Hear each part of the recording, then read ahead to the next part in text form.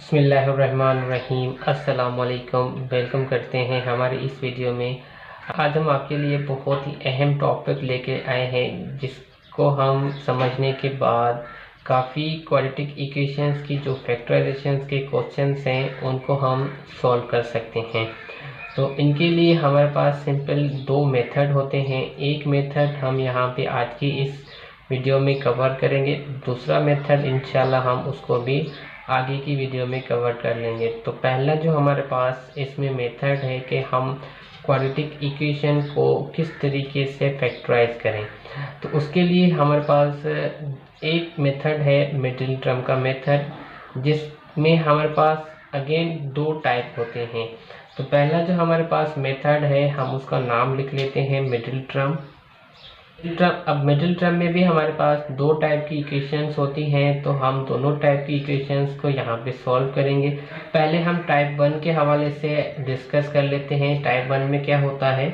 तो टाइप 1 हमारा जो है ना वो सिंपल इस तरीके का होता है जिसमें हमें एक इक्वेशन दी हुई होती है x² plus P X plus C equal to 0। हम यहाँ पे इसको कंसिडर कर लेते हैं इक्वेशन। अब टाइप 1 इसको हम किस तरीके से कहते हैं कि इसमें जो x² का कोफिशिएंट होता है वो सिंपल 1 होता है। मतलब कि जो x² का कोफिशिएंट यहाँ पे होगा वो हमारे पास क्या होगा, 1 होगा।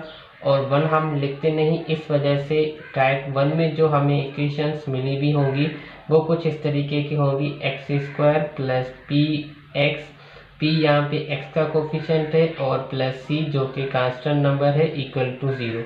जनरल फॉर्म से इक्वेशन में आ जाएं तो इक्वेशन हम किस तरीके से हमें मिली हुई होगी, x² प्लस p की जगह पे हम p का नंबर लिख लेते हैं अब 7 और x का कोफिशिएंट ये सेम रहेगा प्लस कांस्टेंट टर्म, तो कांस्टेंट टर्म हम यहाँ पे ले लेते हैं 12 इक्वल टू 0। तो इस तरीके की हमें कुछ इक्वेशंस मिली हुई होती है। ऐसी इक्वेशन जिनमें x² का कोफिशिएंट 1 हो, मतलब कि 1 के अलावा कोई और कोफिशिएंट x² का नहीं हो, उनको हम टाइप 1 में शो करते हैं। तो उस टाइप 1 की मिडिल टर्म को हम कैसे सॉल्व करेंगे। सिंपल यहाँ पे हमारे पास जो भी टाइप 1 की इक्वेशन में कांस्टेंट टर्म होगी हम उसके फैक्टर निकालेंगे। तो अब देखें तो 12 को हम कौन से दो नंबर की प्रोडक्ट करके हासिल कर सकते हैं, उनको अलग अलग आप जो है ना डिवाइड कर दें।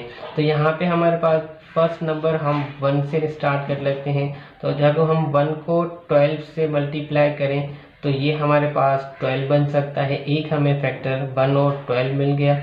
दूसरा फैक्टर हम मालूम करें तो 2 अगर लें तो 2 को हम 6 से मल्टीप्लाई करें वो भी 12 में आ जाता है। उसके बाद अगर हम 3 ले लें तो 3 को हम 4 से मल्टीप्लाई करें तो वो भी 12 आ जाता है। 4 तो 4 सेम आ गया। और उसके बाद 5 की मल्टीप्लिकेशन किसी भी नंबर्स के साथ करेंगे उसका आंसर 12 नहीं आएगा। तो यहाँ पे हमारे पास ये जो दो नंबर्स हैं इनको हम मल्टीप्लाई करके 12 हासिल कर सकते हैं। अब उसके बाद अगेन दूसरी पॉइंट को याद रखें, तो x के कोफिशिएंट को हम इन तीन फैक्टर्स में से कैसे हासिल कर सकते हैं। तो देखें सिंपल 1 और 12 इनको हम प्लस माइनस करें फिर भी 7 नहीं होता, तो ये फैक्टर हमारा इसमें इस्तेमाल नहीं होगा। 2 और 6 इनको अगर हम प्लस करें तो ये 8 बनता है, तो इसको भी हम कैंसिल कर दें। और बाकी 3 और 4 को जब हम आपस में प्लस करते हैं तो इन दोनों की जो प्लस है वो 7 होती है और इन दोनों की तो इन दोनों फैक्टर्स को हम 7 की जगह पे अब लिखेंगे। तो 7 की जगह पे इसको क्यों लिख रहे हैं, क्योंकि हम मिडिल टर्म में क्वेश्चन सॉल्व कर रहे हैं और ये 7 देखें तो यहाँ पे मिडिल में है, इसलिए यहाँ पे हम वो फैक्टर्स ले रहे हैं जो मिडिल टर्म में नंबर होगा उसके ज़रिए। उसके बाद तो यहाँ पे देखें 7 के साथ x है, तो हम जो भी नंबर्स लेंगे उनके साथ वेरिएबल x को लाजमी रखेंगे। उसके बाद देखें तो क्या होगा, जब हम 7 की जगह पे ये दोनों नंबर रखेंगे x² प्लस, अब दोनों प्लस के नंबर हैं तो इनमें आप कोई भी नंबर आगे पीछे करके रख सकते हैं। 3x हम लाजमी रखेंगे क्योंकि यहाँ पे हमें x भी मिला हुआ है और उसके बाद दूसरे फैक्टर के साथ भी हम x लाजमी रखेंगे।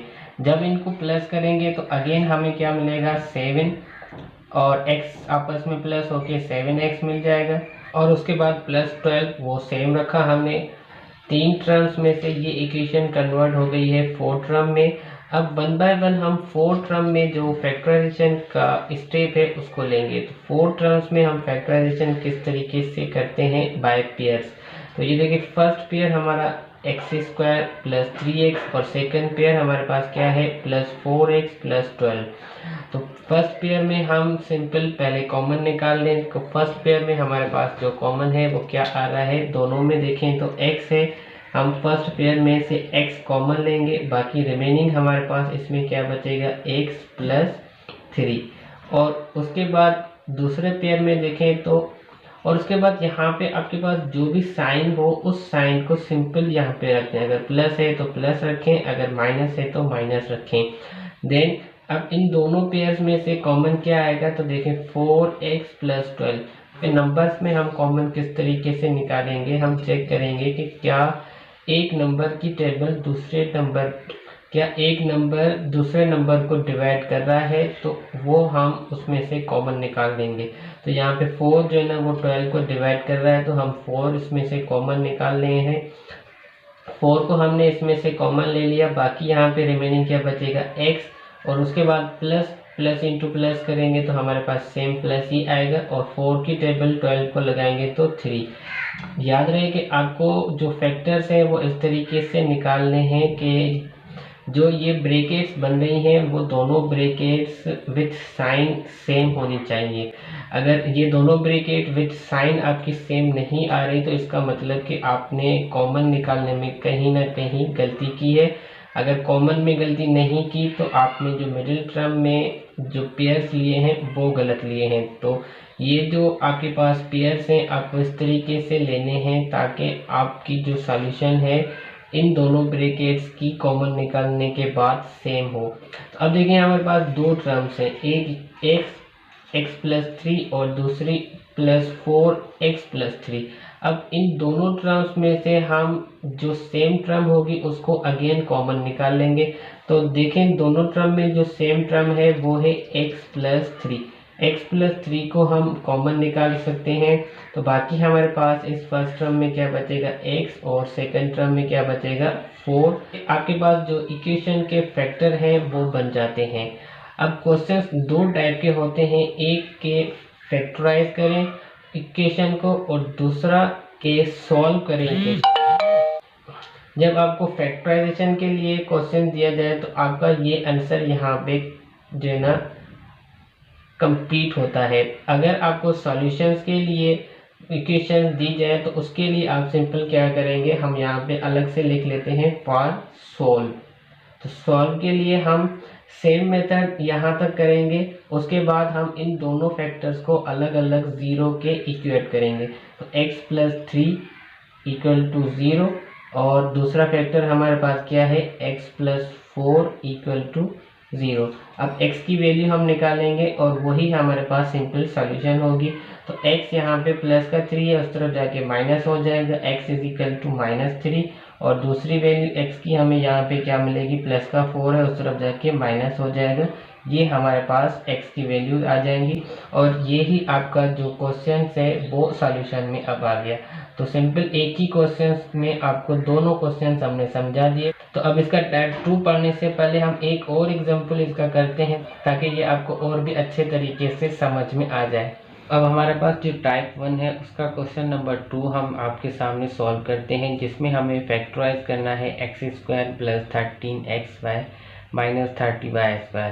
तो इसमें भी देखिए हमारे पास टाइप 1 के जैसे कि x² का कोफिशिएंट यहाँ पे 1 है।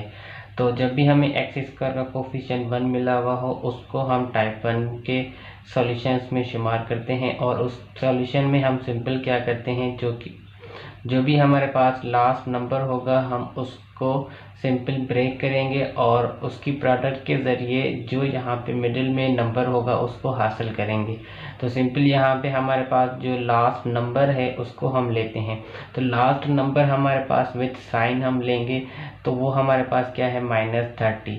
अब हमें दो नंबर मल्टीप्लाई करने हैं और दोनों नंबर की मल्टीप्लिकेशन का आंसर हमें -30 जो है ना उसके पेयर्स हासिल करने हैं।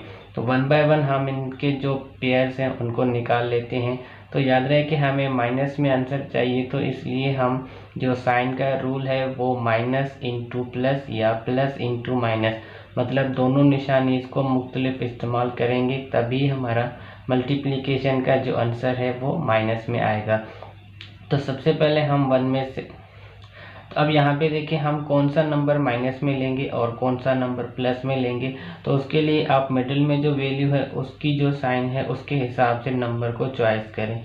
तो यहाँ पे जो नंबर है वो हमें प्लस में चाहिए, तो हम प्लस की जो वैल्यू है वो बड़ी लेंगे और माइनस की जो वैल्यू है वो छोटी लेंगे, ताकि हम जब दो नंबर्स को माइनस प्लस करें तो हमें प्लस की वैल्यू का आंसर रिक्वायर्ड में मिले। तो यहाँ पे इसलिए हम माइनस के जो नंबर्स हैं उनको कम तादाद में और प्लस के नंबर को ज़्यादा तादाद में लेंगे। तो पहले हम -1 से स्टार्ट करते हैं, जिसको हम अगर मल्टीप्लाई करेंगे +15, जिसको हम 30 से मल्टीप्लाई करेंगे तो ये हमारे पास -30 होगा। दो नंबर्स ये बन गए। उसके बाद हम 1 के बाद 2 पे आते हैं, तो -2। अब -2 हम 15 के साथ जब मल्टीप्लाई करेंगे तो ये हमारे पास -30 होगा। उसके बाद हमारे पास -3 है। -3 को जब हम 10 से मल्टीप्लाई करेंगे तो हमारे पास ये भी 30 बनेगा। देन हमारे पास -4 है, जो कि हमारे पास 30 की प्रोडक्ट नहीं बना के देता। उसके बाद -5 में आ जाए तो -5 + 6 के साथ मल्टीप्लाई होकर 30 देगा। उसके बाद आगे हम नंबर्स चॉइस करें तो इनके अलावा और कोई नंबर्स नहीं है जो हमें 30 की प्रोडक्ट दो नंबर्स में हासिल करके दें। तो अब देखें तो हमें इन सब में जो मिडिल में वैल्यू है 13 उसको हासिल करना है। तो कौन सा पेयर हम इनमें से लेंगे, तो इसके लिए हमारे पास सिंपल जो -2 और 15, अगर हम इन दोनों नंबर्स को आपस में प्लस करते हैं तो हमारे पास इसका जो आंसर आता है वो प्लस का 13 आता है और हमें मिडिल में जो वैल्यू चाहिए वो मिल जाएगी। तो यहाँ पे हम 13 के जगह अब कौन से दो नंबर्स लेंगे, एक -2 और एक प्लस का 15। तो इन दोनों नंबर्स को अब हम 13 की जगह पे रखेंगे और इस 3 टर्म को कन्वर्ट करेंगे 4 टर्म्स में। तो सिंपल ये जो 3 टर्म है अब 4 टर्म में कैसे कन्वर्ट हो रही है, तो उसके लिए सिंपल हम फर्स्ट और लास्ट वैल्यू को सेम रखेंगे, क्योंकि हम मिडिल वैल्यू को ब्रेक कर रहे हैं। तो ये हमारे पास जो पेयर्स बने हैं वो हम मिडिल वैल्यू को ब्रेक करके लिखेंगे। तो हमारे पास जो वैल्यूज़ हैं हम उनको 1 बाय 1 लिख लेते हैं। दो पेयर्स हैं, दोनों पेयर्स को हम कहीं भी किस तरीके से भी लिख सकते हैं, चाहे पहले माइनस का लिखें या पहले प्लस का लिखें, क्योंकि हमें जो नंबर्स हैं वो विद साइन मिल गए हैं। तो अब हम इनको किसी भी ऑर्डर में लिख सकते हैं। तो यहाँ पे हम -2xy 13 के साथ है तो दोनों नंबर्स के साथ हम xy भी देंगे, उसके बाद +15xy। अब देखें तो ये 4 टर्म्स बन गए। 4 टर्म्स में हम कॉमन जो निकालते हैं वो बाय पेयर्स निकालते हैं। तो इसमें जो फर्स्ट पेयर हमारे पास बन रहा है वो x² -2xy और दूसरा पेयर हमारे पास 15 + xy -30y²। तो 1 बाय 1 दोनों में से हम जो कॉमन है उनको निकाल लेते हैं बाहर। तो x² और -2xy में कॉमन टर्म दोनों में x है, हम यहाँ से x को कॉमन ले लेते हैं। बाकी हमारे पास इसमें x - 2y बचेगा। और उसके बाद वही सेम मेथड, जो भी यहाँ पे सिंबल है उसको हम सेम रखेंगे। उसके बाद इन दोनों में देखें तो जो सेम टर्म है उसको हम कॉमन निकाल लें। तो पहले हम नंबर देखें, क्या ये जो 15 है वो 30 को डिवाइड करता है। तो 15 30 को 2 टाइम डिवाइड करता है, इसलिए 15 भी हम इसमें कॉमन ले सकते हैं। और उसके अलावा वेरिएबल देखें तो इसमें y है और इसमें भी y है, तो दोनों में y हमारे पास है, यहाँ से हम y को कॉमन निकाल सकते हैं।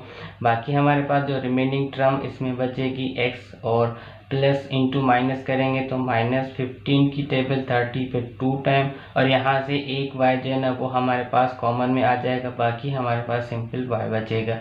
तो देखें जैसा कि हमारे पास ये जो ब्रैकेट है वो भी दोनों सेम आ गई हैं, इसका मतलब हमने जो मिडिल में वैल्यूज ब्रेक की हैं और देन जो हमने कॉमन निकाला है वो एग्जैक्टली राइट है। अब अगेन हम इन दोनों टर्म्स में से हमारे पास जो सेम टर्म है उसको कॉमन ले लेते हैं। तो फर्स्ट टर्म में हमारे पास x - 2 और सेकंड टर्म में भी x - 2 है, ये दोनों इसमें कॉमन है, तो हम यहाँ से इस टर्म को कॉमन ले लेते हैं।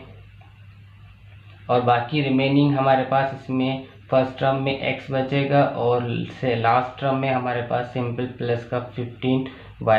तो ये आपके पास जो फैक्टराइजेशन है इस क्वेश्चन की सिंपल हो गई। तो सबसे पहले जो आपके पास क्वेश्चन है x² + 3x - 10, जिसका आपके पास जो फाइनल आंसर आना चाहिए x - 2x + 5। उसके बाद दूसरा नंबर y² + 7y - 98। इसको जब आप सॉल्व करेंगे इसी सेम मेथड के ज़रिए तो आपके पास इसका आंसर आएगा y - 7y + 14। पूरे स्टेप के साथ सॉल्व करें और लास्ट में अपना आंसर जो है ना इसके साथ मैच करें। a² b² - 3ab - 10 और number 4 x² y² z² + 2xyz - 24। तो ये आपके पास इनके आंसर्स हैं। लास्ट में अपने आंसर्स को इसके साथ मैच करें। जल्द ही टाइप 2 के क्वेश्चंस के साथ हम फिर से हाजिर होंगे। दुआ में याद रखें। अल्लाह।